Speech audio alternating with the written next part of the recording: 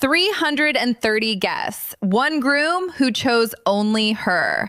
After 25 years of sharing a husband with 2, sometimes 3 other women, Christine Brown stood in front of the red cliffs outside Moab, Utah, and finally had a wedding day that belonged completely to her. And by the end of this video, I'm going to show you the one decision Christine made at her own altar, a choice so small that almost nobody talked about it at the time, that turned out to be the loudest, clearest message she ever sent to Kody Brown without ever saying his name. But to understand why that detail lands the way it does, we need to start at the beginning, because this wedding didn't happen in a vacuum. It happened after almost 2 years of very public heartbreak, and every choice Christine made that day was carrying weight whether she meant it to or not. So let's get the facts straight first, because this part is documented, not guesswork. It's all over the People magazine feature from that week. October 7th, 2023, a Saturday. Red Cliffs Lodge, right on the Colorado River, just outside Moab, Utah. Around 330 guests gathered under a floral arch with those famous red rock cliffs as the backdrop. Christine, 51 at the time, married David Woolley, a Utah drywall contractor and widowed father of 8. And here's the thing people forget once they only know the headline. This wasn't some whirlwind that came out of nowhere. It was the third act of a story that started with an ending. Rewind to November 2021. That's when Christine announced she was leaving her marriage to Kody Brown after 25 years. In a statement she posted to Instagram, she didn't air every detail of what broke down, just that they'd grown apart and were asking for grace as the family figured out what came next. A little over a year later, in October 2022, Christine met David on a dating app. No reality show meet cute, no producer engineered setup. Just 2 people on a dating site after Christine had relocated back to Utah with her youngest daughter, Truly. They started seeing each other that same month, kept it quiet for a few months, and then went public on Instagram on Valentine's Day, February 14th, 2023. 2 months after that, in April, David proposed. 6 months after that, they were married. Now, here's the first thing I want you to hold on to, because we're coming back to it. David is a widower. His first wife passed away back in 2012. He came into this relationship having already lost a spouse once, having already rebuilt a life and a family of his own from scratch. That detail matters more than it sounds like right now. Keep it in your back pocket. What's genuinely sweet about the lead up to this wedding, and this is confirmed straight from the show and from David's own Instagram, is how unbothered he seemed about suddenly having cameras on him. After his first real on-camera appearance, he posted that he'd never done anything like that before, that he'd been nervous, but that he was thrilled to finally introduce everyone to the woman he called his queen. Christine posted her own caption around the same time about finally being loved simply for being herself. 2 people who, on paper, had no business moving this fast, moved fast anyway, because for what felt like the first time in either of their adult lives, nobody was telling them to slow down. And the details about the wedding almost happening in Las Vegas instead, that's real too.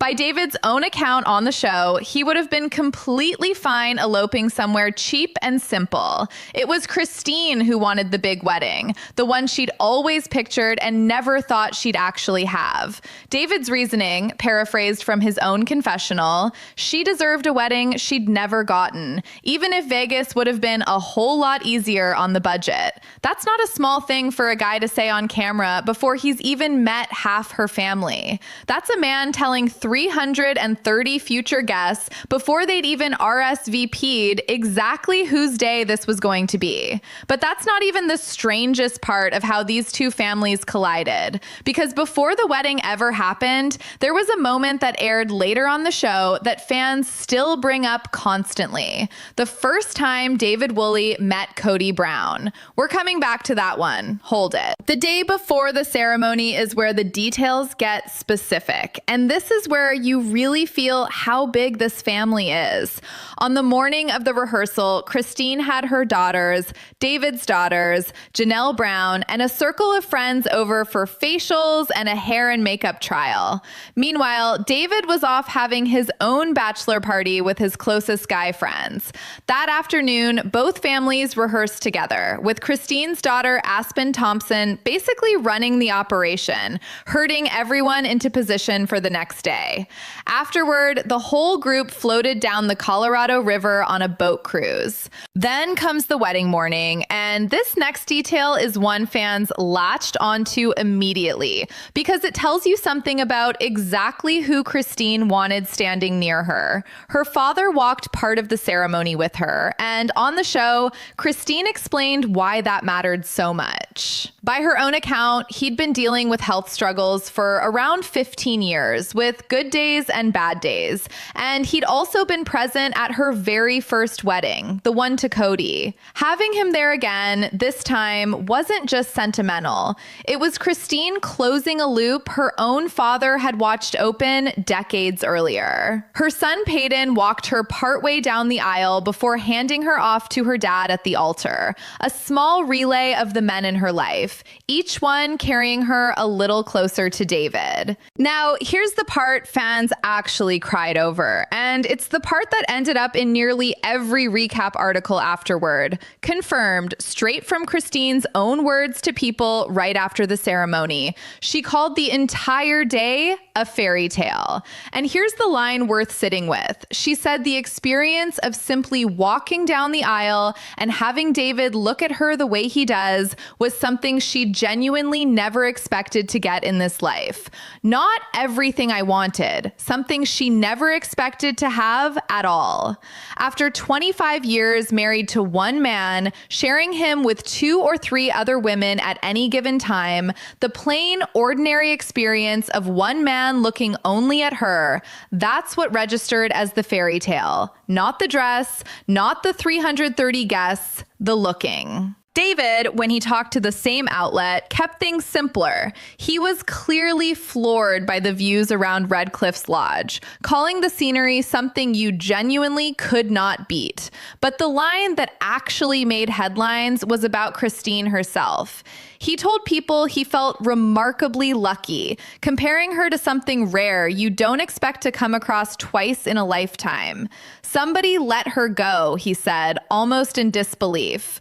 That's David's quiet way of gesturing at Kody without ever using the name. He didn't have to. Everyone watching already knew exactly who he meant. The ceremony was short and sweet by design. No officiant pulled from a stranger pool. David's own son-in-law Corbin performed it.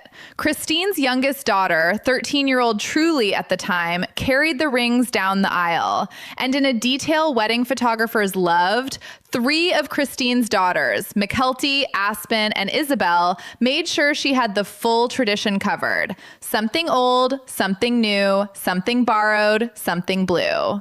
After they exchanged vows under that floral arch and shared a kiss, the couple walked away as husband and wife to At Last by Etta James playing for the crowd.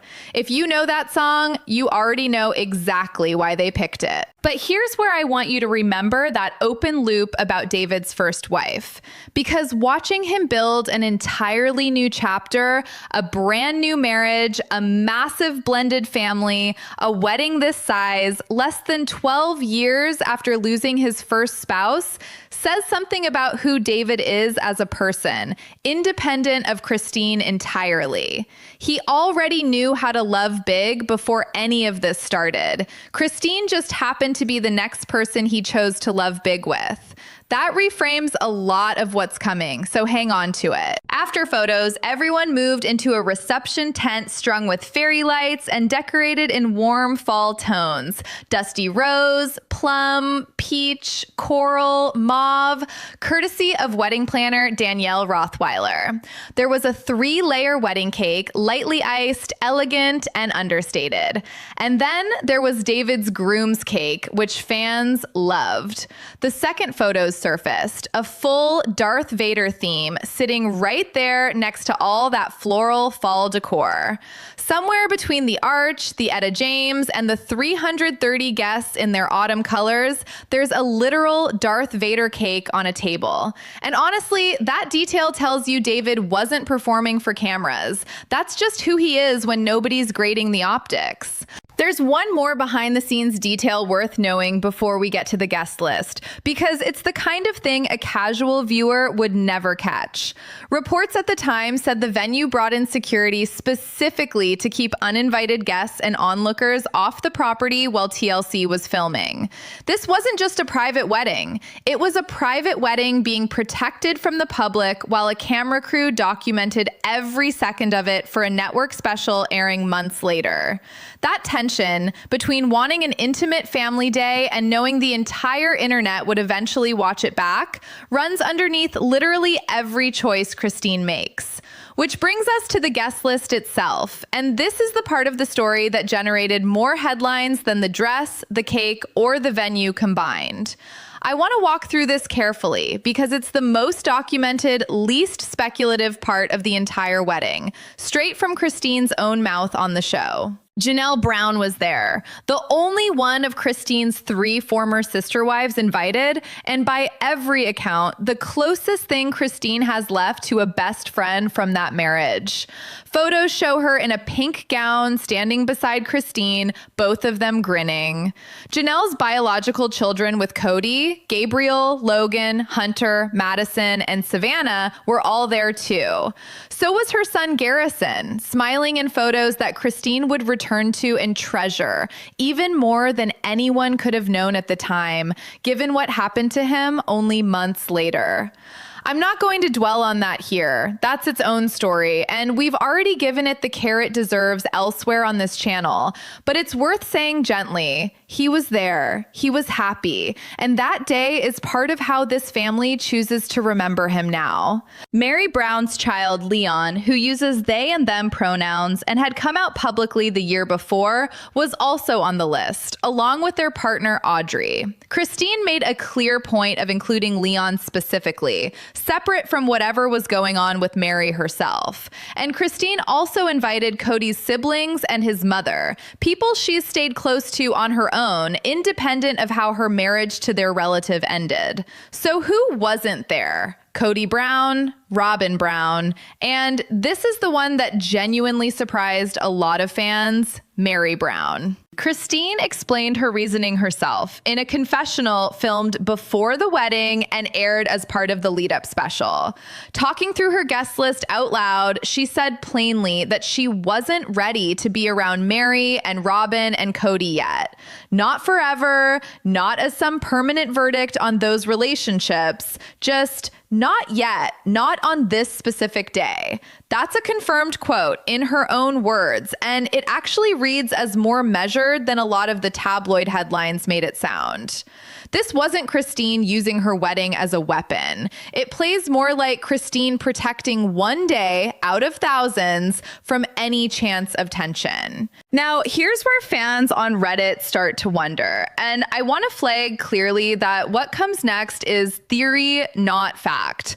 A lot of viewers speculated about what was actually happening behind the scenes once the snub became public. Some guessed Kody secretly resented watching Christine thrive without him.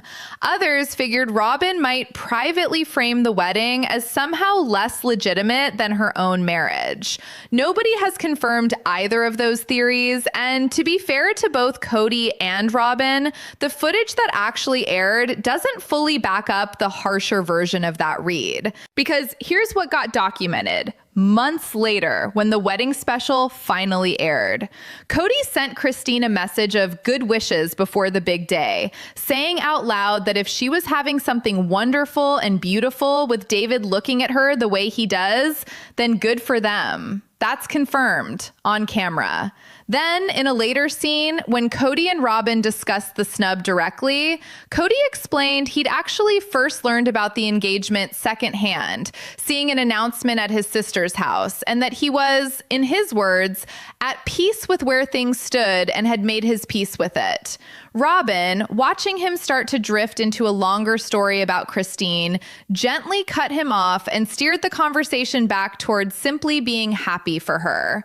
But, and this is one of those open loops paying off a little early, Kody wasn't entirely at peace forever. In a separate clip from the same season, he admitted to actual FOMO, fear of missing out, saying flat out that everyone else was about to have a great time at that party and he'd be the one left out of it. Fans were not gentle with him in the comments. Plenty of people pointed out that you don't usually get FOMO over an event you spent years, through your own choices, making sure you'd be excluded from. Mary's reaction is the one almost nobody saw coming, because out of everyone, it was the most graceful response in the entire situation.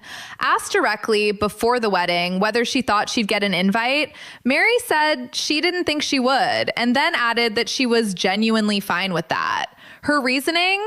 A wedding is too special, too emotionally loaded a day to risk bringing any old conflict into it. And she said she wouldn't have wanted that for Christine, even if the invitation had come. After the wedding actually happened, Mary sent her own well wishes too, saying how glad she was that Christine had finally found some real peace. Okay, now let's go back and pay off that loop about David meeting Kody for the first time, because it's the missing piece that explains a lot of the tension underneath everything we just covered. This happened before the wedding, at a bridal shower for Christine and Kody's daughter Gwendolyn, who'd gotten married earlier that same year. David, dating Christine at the time but not yet engaged, drove out with her and several of her kids to the party and learned last minute that Kody and Robin would also be showing up. By Christine's own account in a later confessional, she was already bracing for an awkward day even before David and Kody were ever in the same room. When the two men finally did meet, it was about as stiff as you'd imagine. Kody, holding one of his grandkids at the time, asked David if he'd met Christine's kids yet, and David mentioned casually that he'd actually babysat some of them. According to Kody's own later confessional, that detail visibly got under his skin. He went on to claim, in his own words on the show, that David made more eye contact with Robin than with him, and talked to Robin more than he talked to him. Robin, for her part, gave her own confessional afterward, reflecting on what it was like watching Christine build something new with someone else after years of watching her in a marriage with Kody. It's a strange, layered scene. Two men sizing each other up at a bridal shower for a daughter they both helped raise, months before one of them would be uninvited from the other's wedding. Which finally brings us to the detail I promised you at the very start of this video. The one almost nobody talked about. The one that says more about this entire story than the guest list ever could.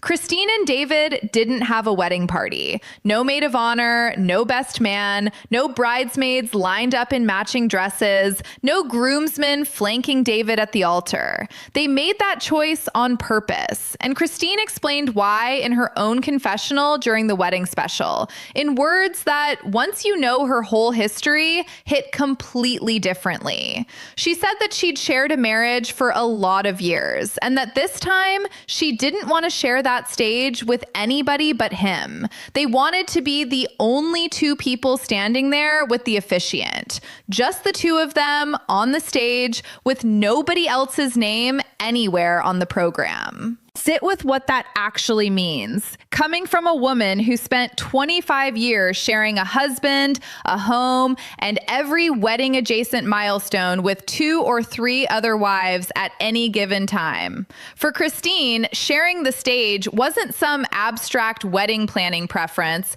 It was, intentionally or not, the most loaded phrase she could possibly have chosen. She'd spent her entire adult married life sharing.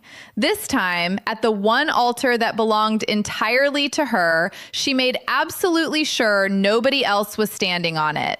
That's the real statement, not the 330 guests, not the dress, not the Darth Vader cake, not even the guest list drama with Kody and Marion and Robin. The statement was a stage with exactly 2 people on it, after a quarter century of never once getting to have that. She never said Kody's name in that confessional. She didn't have to. Anyone who'd followed this family for years understood immediately what kind of stage she'd spent decades sharing, and exactly who she'd been sharing it with. So here's where that leaves things. Christine got the wedding she'd always pictured and never thought she'd actually get. A real one, hers alone, 330 witnesses deep, with the people she chose standing exactly where she wanted them, and the people she wasn't ready for kept gently, deliberately outside the frame. Kody got a front row seat to the aftermath without ever getting an actual seat. And somewhere in the middle of all of it, there's a Darth Vader cake, an Etta James song, and a transgender stepchild standing proudly in the photos right alongside everyone else. Proof that whatever this family is now, it's still somehow a family. Was Christine's wedding the ultimate glow up, earned after everything she went through with Kody? Or was it just good timing, the right guy showing up right after the right exit? Tell me where you land in the comments, because this fandom has never agreed on anything, and I don't expect today to be the day that changes. If you want the next chapter of this family broken down the same way, facts kept separate from theory, no fluff, and no fake drama, go ahead and subscribe, because there's a lot more of this family's story still left to get through.